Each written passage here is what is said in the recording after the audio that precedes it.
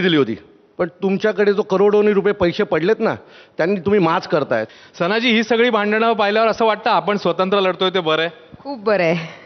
कोणाशी भांडणमध्ये आपल्याला पडायचं नाही, स्वतःचं स्वतः बघायचं. नंतर त्यांच्याकडेच जायचं परत.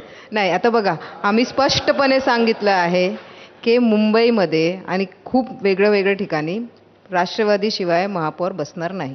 मुंबईमध्ये पण. मुंबईमध्ये मग तो कोणाचा बसणार? समजा एक थेट प्रश्न मी विचारतो, अशी परिस्थिती झाली की भाजप आणि ठाकरे जवळपास इक्वल सीटवर आहेत आणि तुमच्याकडे तो नंबर आहे जो डिसाईड करेल की महापौर कोण होईल, तुमचं पारडं कोणाच्या बाजूने?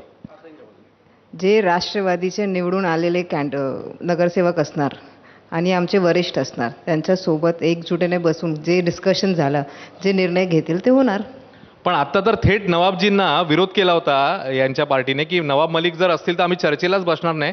तरी सुद्धा तुम्ही कॉन्फिडंट नाही आहात की नाही आता त्यांच्याबरोबर आम्ही जाणार नाही, अजूनही ठरलेलं नाहीये? म्हणजे अशी स्थिती निर्माण झाली, त्यांना बसायलाच लागणार.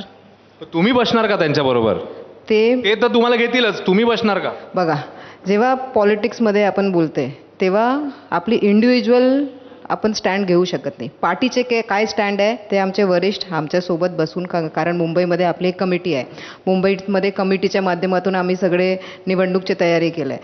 तिकडे कमिटी, आमचे वरिष्ठ आणि निवडून आलेले जे नगरसेवक आहेत ते बसून डिसाईड करणार की आपल्याला काय करायचं आहे. जे आरोप झाले तुमच्यावर आणि आत्ताही जे होत आहेत की ज्या पद्धतीने पैशांची आमिष दाखवली जातात